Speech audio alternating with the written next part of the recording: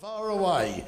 Will you give a big round of applause for the fabulousness that is Christian Talbot?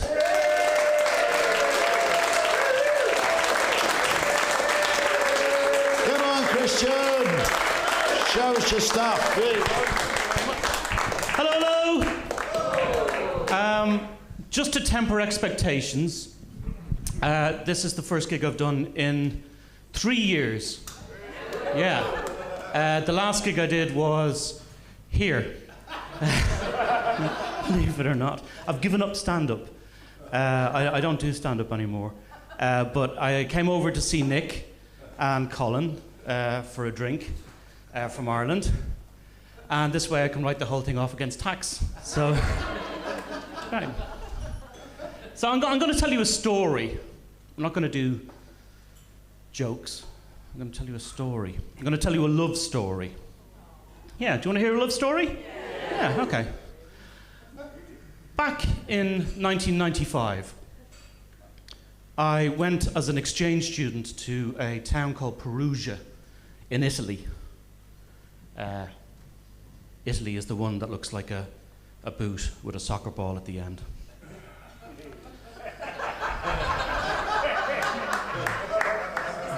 Probably don't need to remind you of that.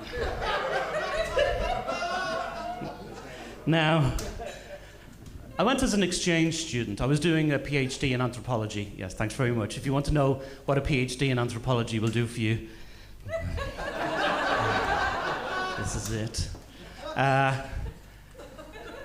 first day I went over, we had a mixer at a club called the Exafa Club, and they played indie music. They played The Cure, and they played The Smiths, and they played Depeche Mode and things like that. All the music that I loved. And I met a girl there on the first night, and her name was Patricia. And we had a bit of a dance, we had a bit of a chat, and at the end of the night we had a bit of a kiss. Yeah. And we started going out, we started seeing each other. Now, this is the first time I'd ever been away from home. Really. I was only a young guy. And when I went over there, every night what I would do is I didn't really know how to cook. So I would go to the local pizzeria and I would buy a pizza, and that's what I would eat every night. And Patricia came over for dinner one night, and I said, we'll go and get a pizza. And she said, can't you cook me something? And I said, I don't know how to cook anything. I've never been away from home, really. And she said, well, you know, can you make me spaghetti bolognese? And I said, I don't know how to make spaghetti bolognese.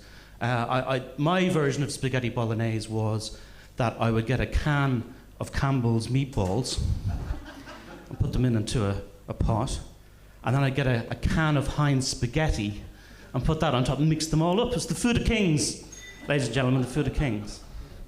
So she said, Christian, I'm going to teach you how to make one basic meal. I'm going to teach you how to make traditional, authentic spaghetti bolognese in Italy. And she sent me down to the town, and she said, I want you to get oregano and basil, I want you to get chopped tomatoes, some meat, get some carne, get some pasta. And I went down the town with my list, and I went into the butcher's, and I didn't speak any Italian. He didn't speak any English.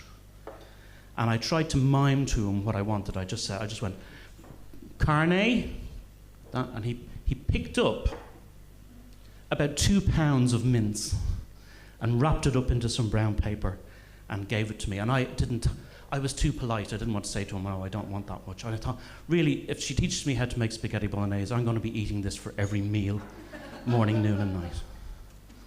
And so I took it home, and she taught me how to make spaghetti bolognese, and it was the best spaghetti bolognese that I've ever tasted. It was delicious. And I put all the ingredients away, and I put the meat back into the fridge, and I thought, tomorrow I'm going to make spaghetti bolognese. And I came home from class that next day, and I opened up the fridge, and I realized that I had frozen a block of 2 pounds of mince all together. And I thought, if I thaw this out, I'm going to have to eat it all in one go. And I was a student, I didn't have an awful lot of money. I thought, I can't do that.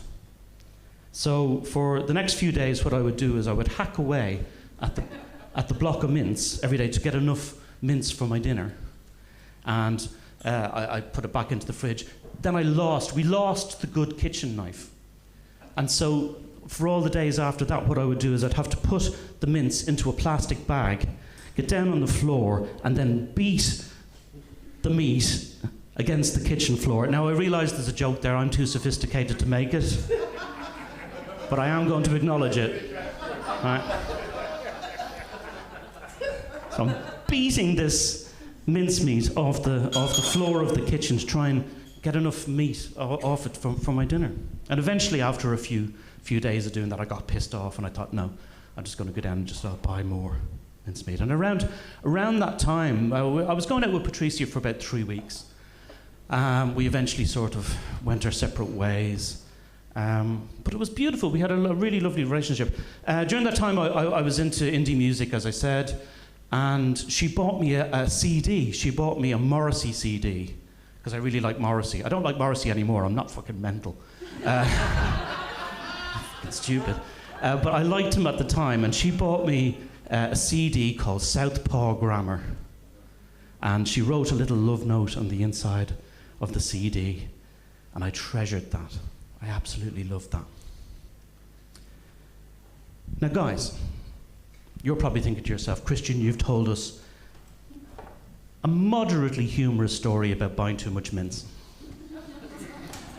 But it's not up to your usual standards, and you'd be absolutely right. You're probably also thinking, with your easy charm and gorgeous Irish accent, I could listen to you say anything all night, and you'd be right too. But there's more to this story. 15 years later, I'm watching television. I'm eating a chicken curry that I had made myself. It's a different story. So I'm watching television, and on the television I see my flat in Perugia.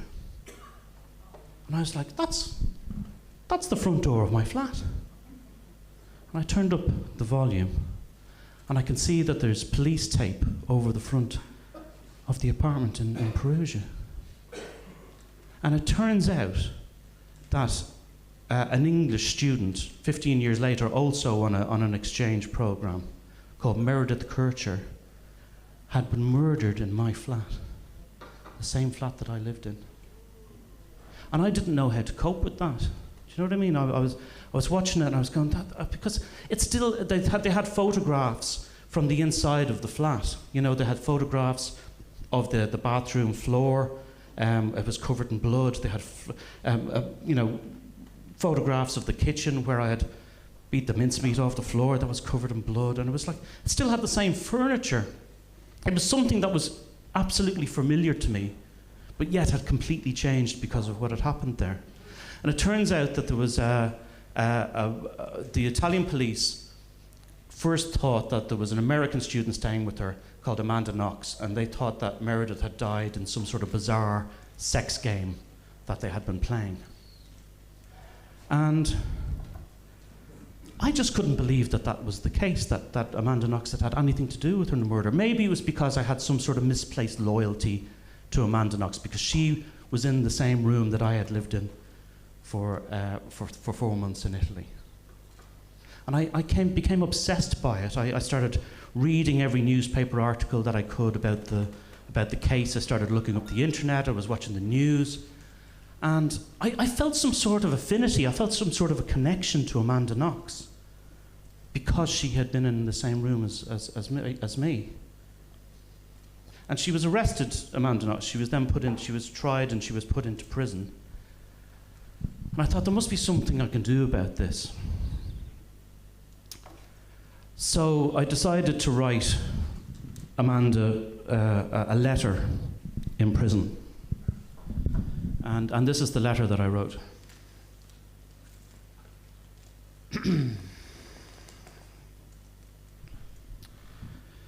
Dear Amanda, my name is Christian Talbot. You don't know me, but I've been following your case since the very beginning. You see, we have something in common. Over 12 years ago, I stayed for 4 months in the same apartment as you while at an anthropology summer school. In fact, I stayed in the same room as you. My flatmate stayed in the same room as Meredith. I understand that things must be very difficult for you at the moment. In jail, in a foreign country with no friends or family, I can only begin to understand how lonely and isolated you must feel. I was thinking about you today and I was wondering, did you happen to find a Morrissey CD in your room at any point?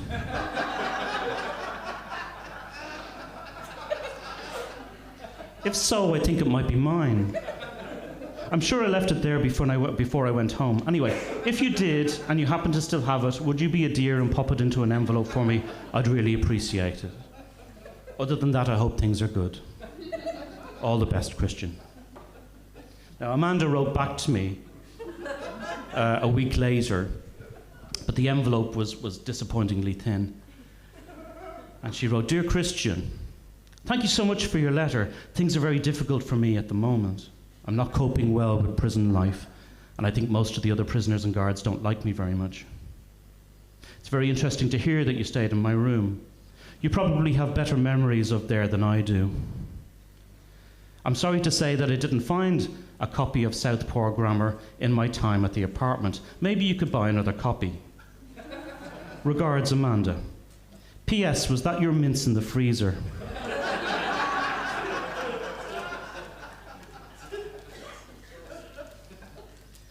Dear Amanda, it's great to hear from you.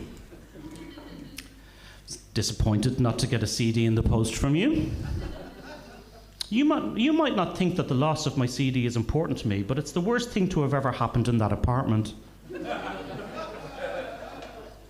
You said in your letter that you didn't find a Southpaw Grammar CD in the apartment, but I never said in my letter which Morrissey CD I'd left behind. It so happens that it was that Morrissey CD. How could you have known unless you'd found it? You're suspiciously Christian. P.S. That was my mince. Dear Christian, I don't know how I knew the CD was Southpaw Grammar. I just took a wild guess. I didn't find anything in the apartment while I was there, except for a mixtape called Patricia that we all listened to one night. I don't know why you're getting so obsessed by this tape, or by this CD. It's not even one of Morrissey's best albums. I mean, the song Southpaw itself is just 10 minutes of pure self-indulgence. If you've left behind Vauxhall and I, or even Your Arsenal, I could understand, but not this. Regards, Amanda. Dear Amanda, didn't find anything in the apartment, eh? From looking at the police evidence online, it seems you didn't have any trouble finding the good kitchen knife that I had lost and plunged it several times into your flatmate. Oh yes, I said it. I know you have my CD, and for your information, Southpaw Grammar is a great album. Boy Racers is up there with his best. Yours angrily, Christian. Dear Christian, for the last time, I don't have your Morrissey CD. If I did find it, I don't now remember doing so. In fact, I was asleep at the time. I can only suggest that maybe someone broke into the apartment while I was out and stole it. Regards, Amanda. Guys, enjoy the rest of the show. Thanks very much for having me. Cheers.